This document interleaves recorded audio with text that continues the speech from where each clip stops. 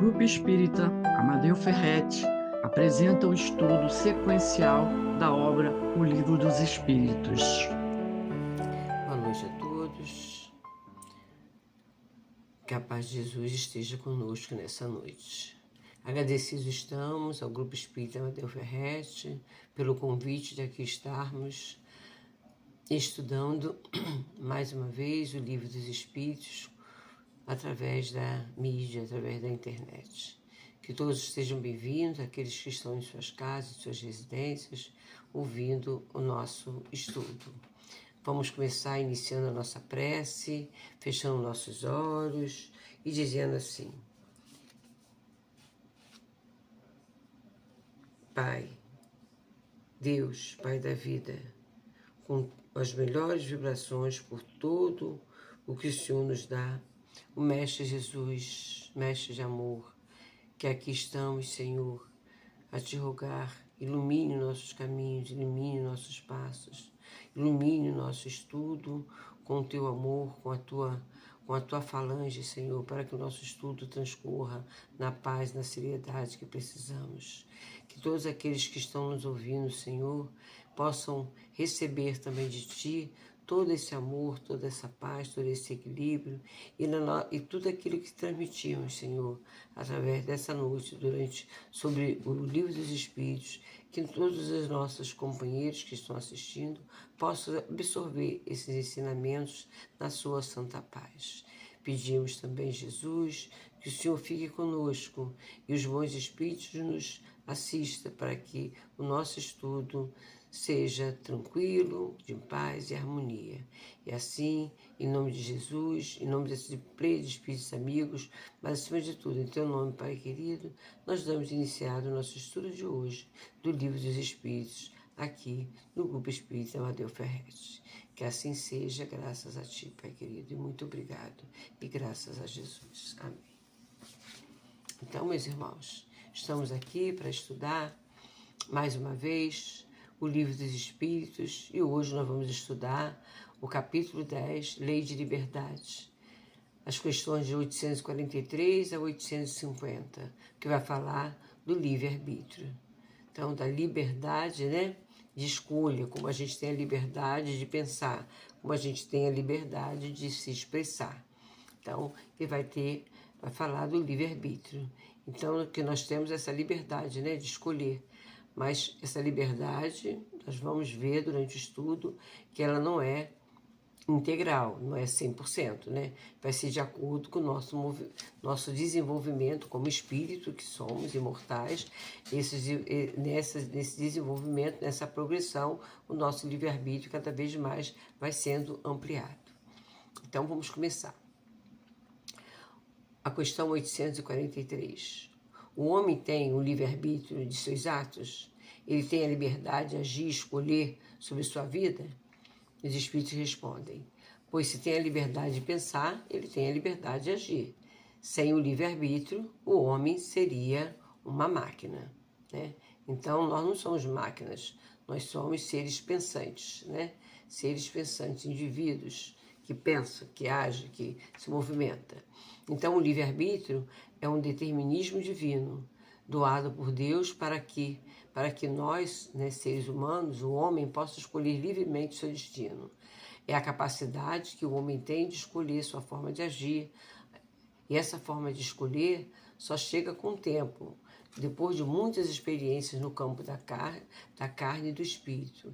Isto é, os espíritos querem nos lembrar a esse respeito que quanto mais evoluído o homem é, tanto mais responsável ele se torna por suas escolhas, pelos seus atos, Ainda que estejamos sob influência, interferência ou sob intuição de terceiros, nós somos responsáveis pelas nossas escolhas, porque nós podemos receber as sugestões, mas a escolha de aceitar ou não essa sugestão é sempre nossa. Somos influenciados pelo pensamento? Somos, mas a partir do momento que escolhemos aquele pensamento, aquela atitude, aquele ato, a responsabilidade é toda nossa. E essas escolhas vai depender, do progresso vai depender o progresso de nós, do nosso progresso e também do ritmo que nós estamos progredindo. Então, tudo isso junto vai fazer com que a gente faça melhores escolhas. E a 844 diz assim, né? O homem goza do livre-arbítrio desde o nascimento. Desde o seu nascimento, o homem tem livre-arbítrio, ele pode escolher o que ele quer fazer. Aí os espíritos respondem, ele tem a liberdade de agir desde que tenha a vontade de o fazer. Nas primeiras fases da vida, a liberdade é quase nula, quase nenhuma, e se desenvolve e muda de objeto com o desenvolvimento das faculdades, estando seus pensamentos em concordância com o que a sua vida, com a sua idade reclama. A criança aplica o seu livre-arbítrio às coisas que lhe é necessário. Assim responderam os espíritos, né? Então, verdade, sim, o homem, ele desfruta em estado latente o livre-arbítrio. Aquele livre-arbítrio está ali ainda, né, querendo desabrochar, podemos dizer assim. Quer dizer, isto é, durante a fase inicial, a criança ainda, né, já existe essa liberdade dentro dela. Pois as crianças, elas choram a hora que querem, se movimentam a hora seus membros sem pedir ajuda a ninguém. Ou seja, a criança vai optando, vai escolhendo de acordo com a sua vida de criança, de acordo com aquilo que ela tem maior interesse. E os interesses da criança são restritos à sua idade. Enquanto ela está pequenininha, né, ela gosta de comer isso, gosta de comer aquilo, gosta de um brinquedo assim, gosta de um brinquedo aquilo outro, ela vai escolhendo, né? Já começa a escolher as suas roupinhas, já começa a escolher várias coisas. E vai crescendo, vai amadurecendo essas escolhas. Seus pensamentos vão se desenvolvendo de acordo com a sua idade e ela vai aplicando o seu livre-arbítrio. Mas essa liberdade não é total, por falta do quê? Desenvolvimento dos seus órgãos. E só a partir dos 4 e 5 anos de idade, né, essa liberdade de escolher se aflora, dando a ela o poder de escolhas. Portanto, na medida em que o ser humano vai se desenvolvendo, né, o livre-arbítrio vai se ampliando, porque ele vai entendendo, né, o ser humano, vai entendendo melhor a sua vida, a sua existência, vai tendo mais liberdade de escolher sobre as condições da sua própria existência. Portanto, o livre-arbítrio é uma faculdade inerente que se torna plena à medida que se adquire maturidade intelectual e moral para discernir, decidir, sendo, portanto, decidir o que você quer discernir, decidir tudo o que você quer da sua vida, né? Sendo, portanto, um processo contínuo e não uma liberdade de escolha plena que se adquire desde o primeiro suspiro. Então, a gente vai adquirindo essa liberdade, é um processo contínuo e longo, né? Nós estamos já em várias encarnações, ainda estão aprendendo a escolher, a fazer as melhores escolhas, né? Quanto mais que ainda estamos no mundo de provas, de expiações e provas. A 845 diz assim, as predisposições instintivas que o homem já faz ao nascer não são um obstáculo ao exercício do seu livre-arbítrio? Quer dizer, aqueles condicionamentos antigos de outras existências, aquelas predisposições que trazemos devido a outros processos de educação, a outros condicionamentos e outras culturas, muitas vezes cerceando a liberdade do ser, isso não seria um obstáculo ao exercício desse livre-arbítrio na existência atual?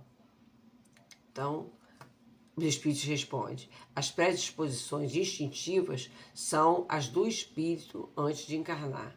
Conforme seja ele mais ou menos adiantado, as predisposições podem impeli-lo, arrastá-lo à prática de atos repreensíveis, no que será ajudado pelos espíritos que simpatizam, né, com essas disposições.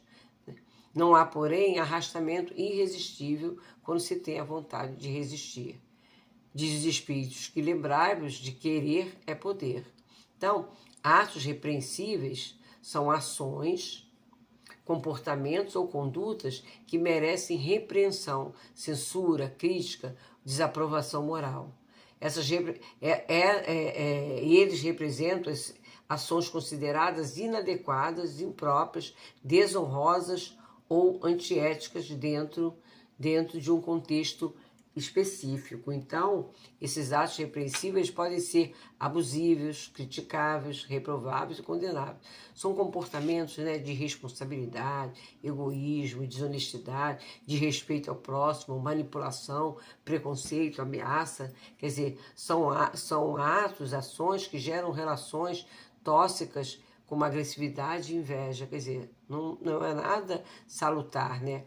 E as predisposições instintivas são as tendências, virtudes ou vícios que o espírito traz de suas encarnações passadas. Então, para a gente entender a resposta, né? Então, o livre-arbítrio está sempre sujeito às predisposições do espírito, de acordo com o seu grau de evolução, e ainda a determinadas enfermidades mentais que podem atrofiar essa liberdade de escolha, que por algum tempo pode ficar embotada. Então, quando os espíritos respondem para a gente nessa pergunta aqui, que as predisposições instintivas são as do espírito antes da sua encarnação, na verdade, como o nosso organismo físico, ao nascer, é ainda fraco e bem débil, né? Tem mais facilidade o espírito de fazer determinadas escolhas. Aquelas escolhas, escolhe rapidamente, né? Não pensa, né? Porque é assim que ele está habituado já de muitas encarnações às vezes. Então é preciso que os pais, que estão ali, a criança está ali ainda na tenridade, né? É preciso que os pais, né, os seus genitores, tenham cuidado nos primeiros anos de vida, né? Porque aquele espírito pode estar trazendo ali em si vibrações negativas, predisposições negativas de acordo com o seu grau de adiantamento. Pode praticar esses atos repreensíveis, porque eles ainda têm muitas imperfeições, ainda vibram numa faixa muito inferior. Então ele terá inclinações para o erro, ele pode trazer sim para essa existência essas predisposições e atrair espíritos que estejam na mesma faixa vibratória. Então, mas mesmo quando o ser humano está sob essas injunções de espíritos inferiores, num processo obsessivo, num assédio espiritual, espíritos simpáticos com as mesmas falhas podem influenciar ou arrastá-los a cometer esses atos repreensíveis. Mas ainda assim, se tem a opção de escolher, não podemos dar desculpa de que erramos ou que eles nos arrastaram a errar. Não, nós não podemos fazer, isso não se dá. A escolha é sempre nossa. Eles não criam a vontade, eles apenas se aproveitam de uma fraqueza que já existe no indivíduo, né? Então a gente não pode botar a culpa nos espíritos. Nós alimentamos, nós agasalhamos determinados tipos de pensamentos e determinadas condutas que acabam atraindo esses irmãos, né? Então os espíritos nos lembraram, né? Querer é poder, ou seja, a responsabilidade pessoal pelos nossos atos, a resistência ao mal, ela exige o quê? Esforço, vigilância, exige uma reforma íntima, e essa vontade, né? Essa vontade firme que o espírito consegue, que o espírito precisa ter para conseguir vencer suas más inclinações, afastar os influenciadores negativos. Nós podemos ser arrastados ou não para as escolhas errôneas. Portanto, o passado pode nos influenciar, mas não determina o nosso futuro. A gente pode escolher melhor, né? O livre-arbítrio nos dá a capacidade de mudar nossas disposições através da vontade, né? Então, que possamos, conforme vamos evoluindo como seres humanos e espíritos imortais que somos, ganhando a consciência de nós mesmos, possamos fazer escolhas que nos beneficiem e beneficiem a todos aqueles que estão ao nosso redor, até chegar à sociedade, né? Exercitando assim o nosso livre-arbítrio da maneira mais salutar possível. Como os espíritos falaram, querer é poder. Se a gente quer, a gente pode se melhorar e a gente pode melhorar também os outros, né? Levando para os outros também as melhores escolhas. O 846, ele fala o seguinte: sobre os atos da vida, nenhuma influência exerce o organismo? Quer dizer, e se a influência existe no organismo, não será com prejuízo do livre-arbítrio? Então, Kardec sempre quer saber, né, até que ponto o livre-arbítrio de uma pessoa pode ser cerceado, quer dizer, pode ser limitado, restringido ou até cortado, pode ser minimizado. No caso dessa pergunta aqui, ele quer saber como que as dificuldades que se enfrentam no corpo, ou algum processo de saúde, algum problema de saúde, poderia interferir no livre-arbítrio, né? No nosso livre-arbítrio. Então, a espiritualidade responde o seguinte: é inegável que sobre o espírito exerce influência a matéria. O espírito é certamente influenciado pela matéria, que pode entravar as suas manifestações. Eis porque nos mundos em que os corpos são menos materiais do que na Terra, as faculdades se desenvolvem com mais liberdade, mais livremente, né? Então, os espíritos, o espírito e matéria estão sempre em conexão, existindo, portanto, influência da matéria sobre o espírito da mesma forma que o espírito também age sobre a matéria. Mas a ação do livre-arbítrio é sempre do espírito, que é o dono da casa e responde sobre toda a sua estabilidade. Então, o espírito certamente influenciado pela matéria, que pode entravar suas manifestações, como, por exemplo, no caso de um processo de loucura, que a pessoa não tem condições de se manifestar adequadamente sobre o seu querer, sobre o seu entender, ou compreender as coisas que o circundam, a noção que as outras pessoas têm da normalidade da vida. Porque o indivíduo está do que é bom fazer, né, do que não é, porque ele está em desequilíbrio, vamos dizer assim. Então, uma pessoa que não tem as suas faculdades mentais saudáveis, com certeza não vai ter o mesmo discernimento daquela que é saudável. Então, não vai conseguir fazer boas escolhas. Então ele vai falando, né? Daí vem que nos mundos onde os corpos são menos materiais do que na Terra, as faculdades se desdobram mais livremente. Ou seja, os espíritos estão se referindo aí a esses mundos mais adiantados, onde os corpos também são matéria, mas não tão grosseiros como os nossos aqui do mundo de provas, de expiações e provas. Então, em outra dimensão, esses espíritos com corpos mais sutis certamente se desdobram com mais facilidade. Entram em contato com o plano espiritual com muito mais facilidade que nós. Para eles, o corpo físico não é nenhum obstáculo, como é o nosso corpo, que ele tem muito mais facilidade, né, de ter uma escolha melhor. Então, quando os espíritos responderam: quem dá o instinto de assassínio ao homem não são os seus órgãos, que lhe dão é o próprio espírito que indubitavelmente possui esse instinto, ou seja, todos os processos de dificuldades emocionais, espirituais, intelectuais são do espírito, não são do corpo. Não é o corpo que vai fazer com que o espírito seja mais violento do que o outro, ou seja, inferior. Não, não é o corpo, é o espírito que está habitando o corpo, que traz toda essa inferioridade quando ele encarna. Então, os espíritos continuam a responder a Kardec: aquele que aniquila, que nulifica o seu pensamento para só ocupar apenas da matéria, faz semelhante ao bruto, e ainda pior, porque não pensa mais em se prevenir contra o mal. É nisso que ele se torna faltoso, pois assim age pela sua própria vontade. Isso quer dizer que aqueles espíritos que vivem mais para a vida material, que mergulham na vida material como se fosse a única, né? Então, esses espíritos não param para pensar que precisam respeitar os seus semelhantes, que precisam ajudar os seus semelhantes, que precisam desenvolver intelectual, moral, espiritualmente. Eles não têm esse tipo de preocupação. São pessoas, são almas, são espíritos que estão vivendo em função da vida material. Esses estão mais para o instinto embrutecido do que para o sentimento, do que para o desenvolvimento das suas faculdades, né? Então, ainda não acordaram, ainda não despertaram, ainda estão lá vivendo muito egoisticamente dentro de um orgulho soberbo, né? Mas um dia eles vão despertar. A pergunta 847 faz assim: a aberração das faculdades tira ao homem o livre-arbítrio?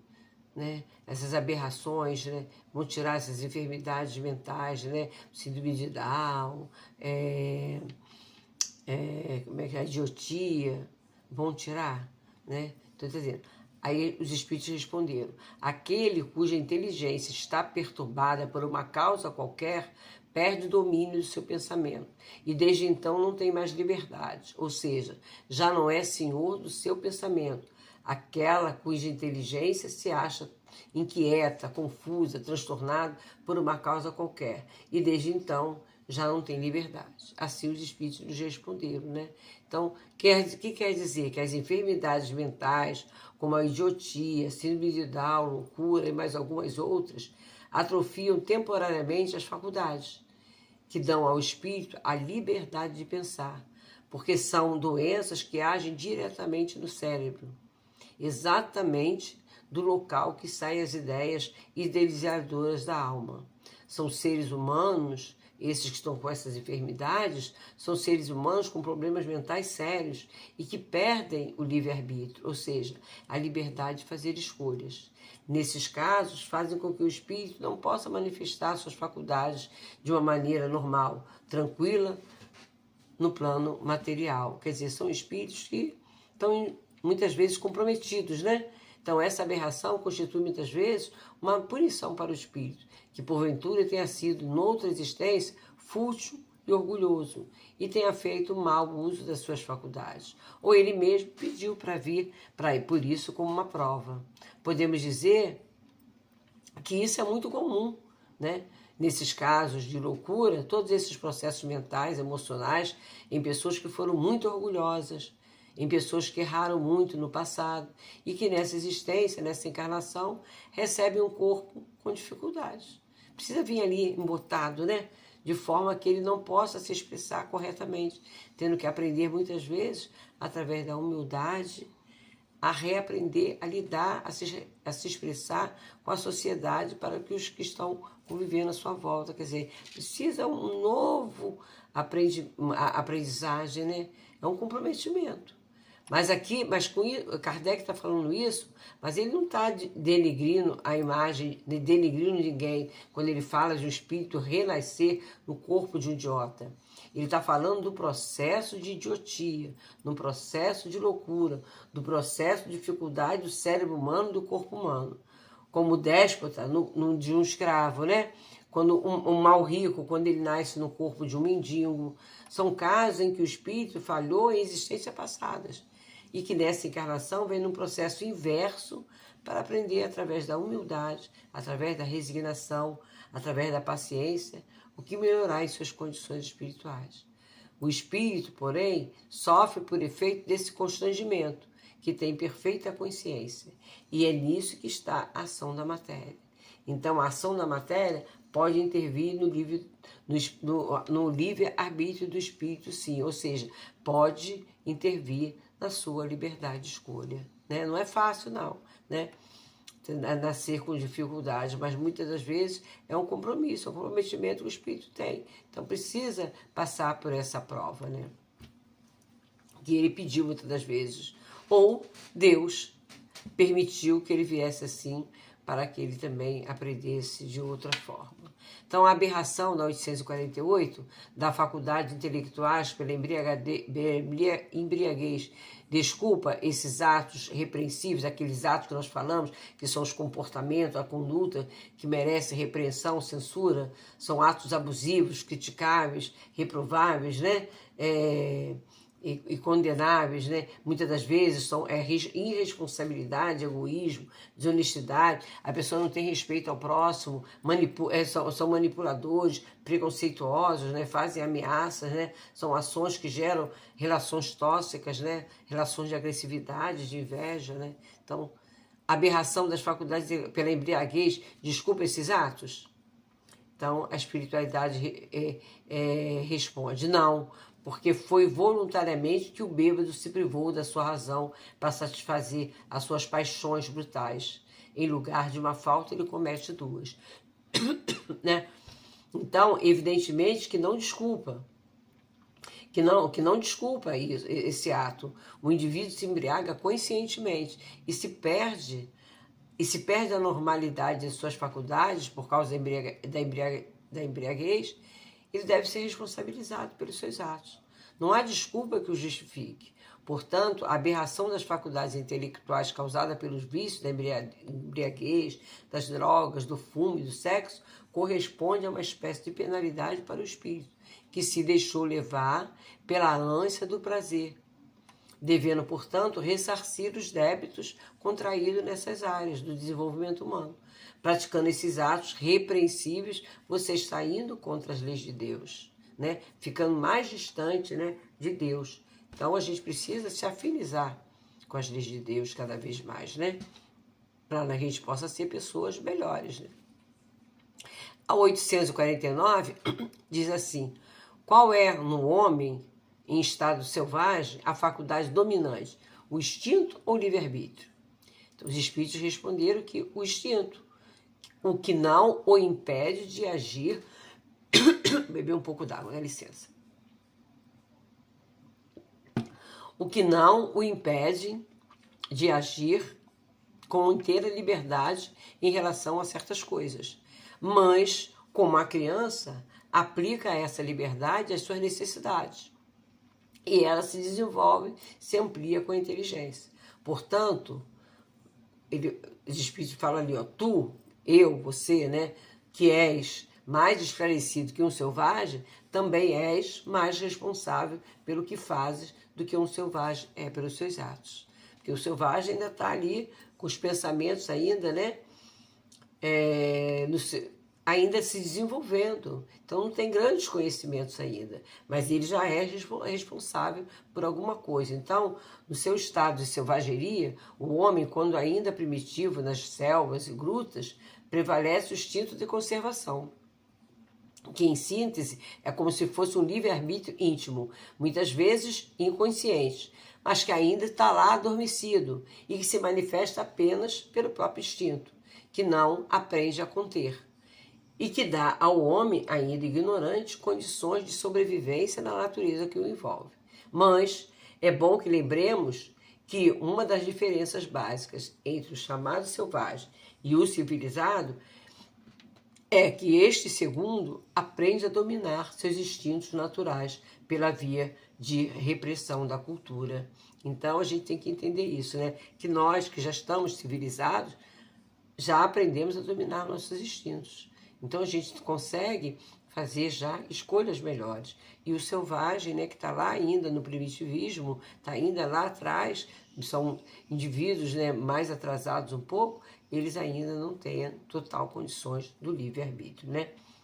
Então, a 850, que é a última pergunta, Kardec perguntou para os espíritos: a posição social não é, às vezes, para o homem um obstáculo à inteira liberdade de ação? Aí foi respondido: o mundo tem, sem dúvida, as suas exigências. Deus é justo e tudo leva em conta. Entretanto, vos deixa a responsabilidade de empregarem pouco ou nenhum esforço para superar ou para vencer os obstáculos. Então, a responsabilidade é nossa. Então, certamente que sim, é um obstáculo, sim, a vida social, né? A vida social, a posição social é um obstáculo, sim. Se não existisse leis humanas, leis sociais, muitas vezes o homem, o ser humano, regrediria ao estado de selvageria. Às vezes por prazer, muitas das vezes por necessidade. Então a posição desse indivíduo é mais um obstáculo a essa regressão. Quanto mais bem posicionado na sociedade, teoricamente, aumenta a sua vigilância quanto ao uso da sua liberdade e dos seus atos. Tem que ficar vigilante o tempo todo. Ou seja, mesmo ocupando altos postos da sociedade em que vive, o homem pode até se restringir em determinados pontos, mas nunca deixa de exercer o direito do livre-arbítrio, porque até mesmo quando aceita, mas não concorda, está de alguma maneira usando o livre-arbítrio para protestar. Tem que ver ali se ele tem condições, né? A sua vaidade, né? A ganância, muitas das vezes, não vai ser esse obstáculo, né? Vai ser esse obstáculo. O poder, né? Vai ser esse obstáculo.